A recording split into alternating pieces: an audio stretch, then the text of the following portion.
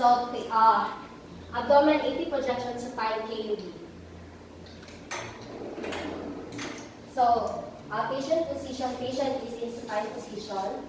So, dito na sa ma'am. Kindly remove your shoes now.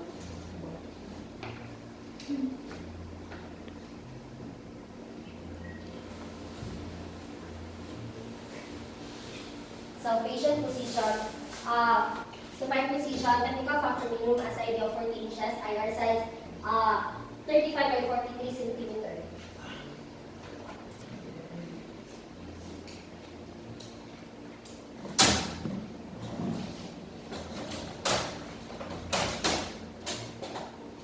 Then position of heart, align the mid-sagittal plane perpendicular to the IR.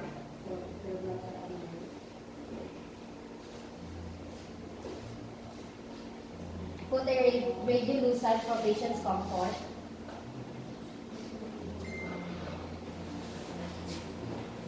Then ensure no rotation of pelvis or shoulders exists. So central raise CR perpendicular and directed to the iliac crest. So this is the So this is the iliac crest perpendicular.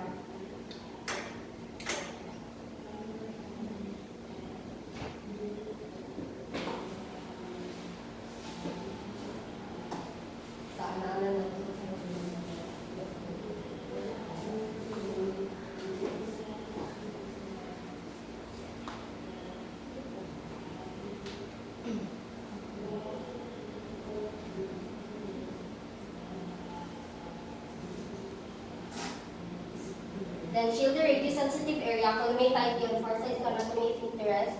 Then put the marker. Then respiration, suspend respiration, then expose. Inhale, exhale, expose. Indication, pathology involving the abdomen, including the neoplasm, calcification, and ascites. Then the anatomy demonstrated, outline of spleen, liver, kidney, and the air-filled stomach. Then for the next projection, abdomen PA projection prone. So the patient position, patient is in prone position. So,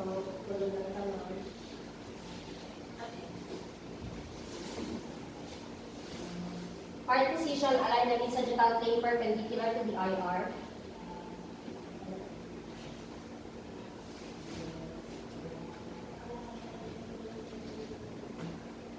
Then, still the same indication, anatomy demonstrated, then technical factor, then collimation sa first projection. Then central is CR perpendicular and directed to the iliac crest. So, ito po na.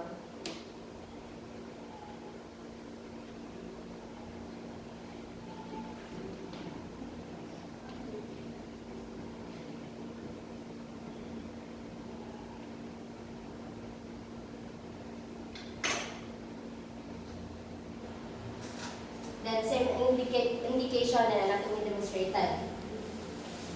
Then respiration, inhale, exhale, expose.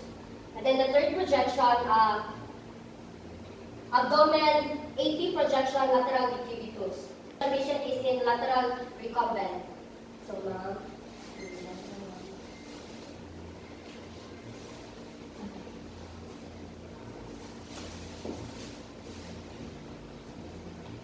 patient positions, lateral recumbent, heart position, ensure no rotation of pelvic disease.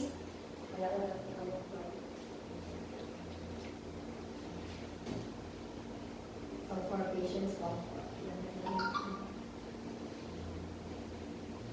then the central ray, perpendicular and level 2 inches above the iliac crest. So, iliac crest, 2.5 inches. So, this is where the central is.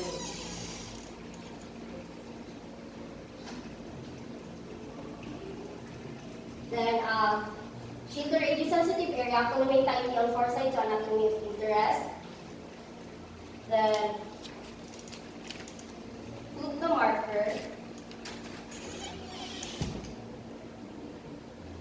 Then, respiration, inhale, exhale, expose. Then the indication,